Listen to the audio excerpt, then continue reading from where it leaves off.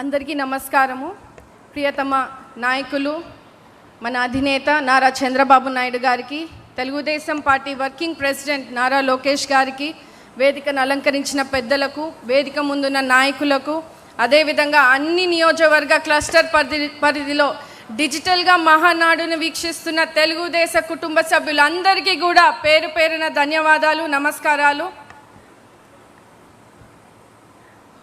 మానవ జాతి మనుగడికే ప్రాణం పోసింది మగువ, త్యాగంలో అనురాగంలో తరగని పెన్నిది మగువ, కలకంటి కంట కన్నీరు కొరిగిన తొలగిపోవురా సిరులు, తరిగిపోవురా భాగ్యాలు. ఇవి ఆనాటి సూక్తులు, ఈనాటి ఆచరణ. ఈసారి ఈ మహానాడు స్త్రీ శక్తి నినాదంతో మహిళా సాధికారితకు మరింత బలం చేకూర్చే దిశగా నిర్ణయించడం చాలా సంతోషంగా ఉంది. మహిళలను ఓటు బ్యాంకుగా కాదు, సమాజానికి శక్తిగా చూపించిన ఏకైక పార్టీ మన తెలుగుదేశం పార్టీ. ఆడబిడ్డలకు గౌరవం, మహిళలకు హక్కులు, సమాజంలో సమాన స్థానం కల్పించాలనే ఆలోచనలకు కూడా పునాది వేసిన మహానేత మన స్వర్గీయ శ్రీ అన్న నందమూరి తారక రామారావు గారని తెలియజేస్తున్నాను.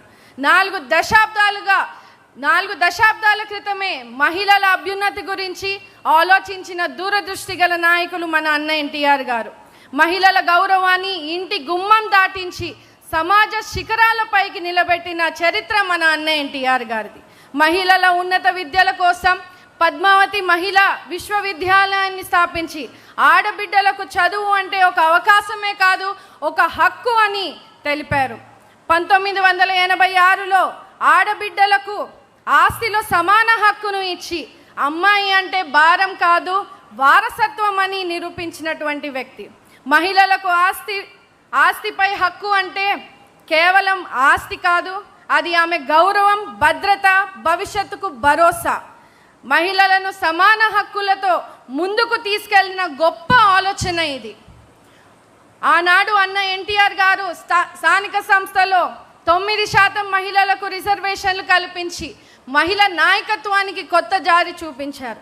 ఈనాడు ఆయన ఆశయాలను అనుగుణంగా నారా చంద్రబాబు నాయుడు గారు 33% రిజర్వేషన్లు కల్పించి మహిళలను నాయకత్వ స్థాయికి తీసుకువచ్చారని కూడా తెలియజేస్తా ఉన్నాను. జాతీయ స్థాయిలో కూడా మహిళా రిజర్వేషన్ బిల్లుకు తెలుగుదేశం పార్టీ నిరంతరం మద్దతు ప్రకటిస్తూ వచ్చింది. మహిళల బలపడితే కుటుంబం బలపడుతుంది, కుటుంబం బలపడితే రాష్ట్రం అభివృద్ధి చెందుతుంది. అందుకే మహిళల ఆరోగ్యం, విద్య, ఉపాధి, భద్రత కోసం ప్రభుత్వం అనేక సంక్షేమ కార్యక్రమాలు అమలు చేస్తోంది. మహిళలను ఆధారపడే స్థితి నుంచి ఆధారంగా నిలిచే స్థాయికి తీసుకెళ్లడమే మన చంద్రన్న లక్ష్యం అని తెలియజేస్తా ఉన్నాం. ఆనాడు డ్వాక్రా సంఘాలు తీసుకొచ్చి ఈరోజు రాష్ట్ర వ్యాప్తంగా కూడా మహిళలు స్వయం సహాయక సంఘాలను ప్రోత్సహిస్తూ 12 లక్షల స్వయం సహాయక సంఘాలు, 1 కోటి మంది సభ్యులు, 20,000 కోట్ల రూపాయలతో పొదుపు, 35,000 కోట్ల రూపాయలతో బ్యాంకు రుణాలు, ఒక్కో సంఘానికి 20 లక్షల మేరకు అర్హత. ఒకవైపు చిన్న సంఘాల నుంచి రుణాలైతే మరోవైపు సిఐఎఫ్, శ్రీనిధి, ఉన్నతి లాంటి పథకాల ద్వారా షూరిటీ లేని రుణాలు. దీనివల్ల గ్రామీణ ప్రాంతాల్లో స్వయం సంఘాల ద్వారా పొదుపు చేసి బ్యాంకు లావాదేవీలు నిర్వహిస్తూ ఆర్థికంగా, సామాజికంగా బలోపేతం అవ్వాలన్నదే ముఖ్యమంత్రి గారి ఆలోచన. ప్రతి మహిళ పారిశ్రామికవేత్తగా కావాలన్నదే ఆయన 2047 విజన్ అని తెలియజేస్తా ఉన్నారు. 1 ఫ్యామిలీ 1 ఆంటర్ప్రినర్ అనేది ఒక స్లోగన్ కాదు, ఇది మన అధినేత గారి లక్ష్య సాధన. ప్రతి కుటుంబంలోనూ ఒక మహిళా వ్యాపారిగా తీర్చిదిద్దే దిశగా కుటుంబం ఆదాయం ఒక వ్యక్తిపై ఆధారపడకుండా మహిళలను కూడా ఆర్థిక భాగస్వామిగా మార్చే విధానాన్ని ప్రభుత్వం అమలు చేస్తూ వస్తోంది.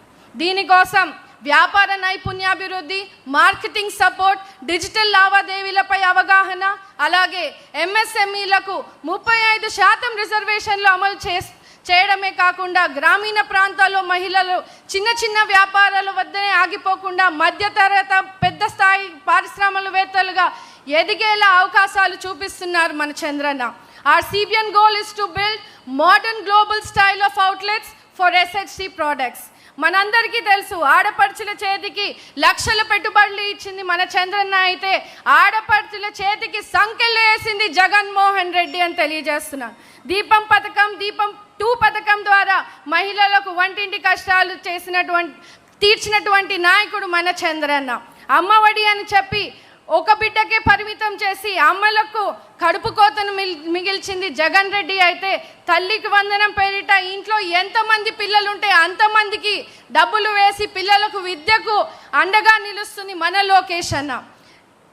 ఆనాడు జననీ సురక్ష పెట్టిన, తల్లి బిడ్డ ఎక్స్ప్రెస్ ఇచ్చిన, ఆడపిల్లలకు ఉచిత సైకిల్స్ ఇచ్చిన, పసుపు కుంకుమం కింద 10,000 రూపాయలు ఇచ్చిన, పెళ్లి కానుకలు ఇచ్చిన, షీ ఆటోస్, మహిళా కండక్టర్లు, డ్రైవర్లను నిర్మించిన, అదేవిధంగా మహిళా కమిషన్ను ఏర్పాటు చేసిన, ఆనాటి నుంచి ఈనాడు స్త్రీశక్తి పథకాలు పెట్టిన, మహిళ అంటే వ్యక్తి కాదు ఒక శక్తిగా భావించి ప్రోత్సహించినటువంటి నాయకుడు మన చంద్రన్న అని తెలియజేస్తూ ఇది ప్రపంచం మొత్తం అంగీకరించినటువంటి సత్యం అని కూడా ఈ సందర్భంగా తెలియజేస్తూ ముఖ్యమంత్రి గారి చంద్రబాబు నాయుడు గారి విజన్ 2047లో ప్రతి మహిళ పారిశ్రామికవేత్తగా కావడం తథ్యం తథ్యం తథ్యం అని తెలియజేస్తూ నవశకానికి నాంది పలికే తొలి మెట్టుగా ఈ మహానాడు 2026గా నిలబడుతోంది. శ్రీశక్తి అభివృద్ధి రాష్ట్ర ప్రగతికి పునాది అని ఈ మహానాడు స్పష్టం చేస్తోంది.